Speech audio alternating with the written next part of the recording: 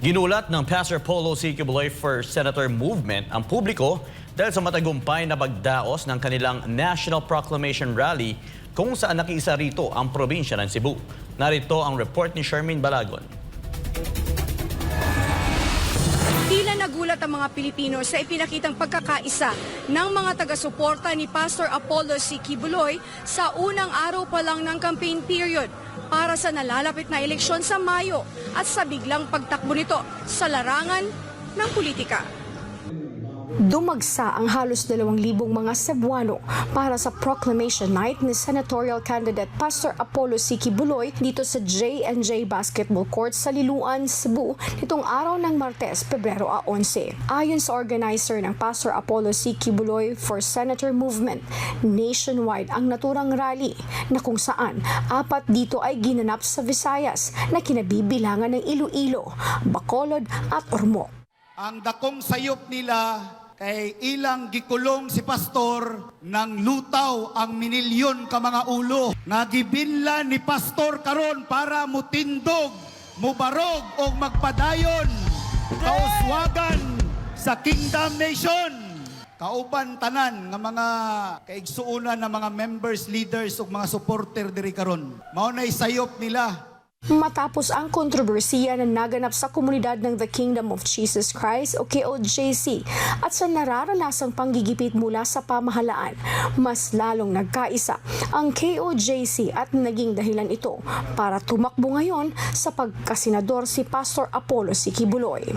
Para sa kaklase at matalik na kaibigan ni Pastor Apollo na si Martin Pusta, noon pa man servant leader na si Pastor Quiboloy. Isang katangian din ito ang pagiging mapagpakumbaba kahit napakalaguna ng kanyang paglilingkod. Being humble, which is the quality, number one quality of a leader is humility. And he has that value. He is a servant leader. I told him, accept the challenge. No? Accept the challenge. That is a new appointment for you to lead the Filipino people. And I'm happy for that.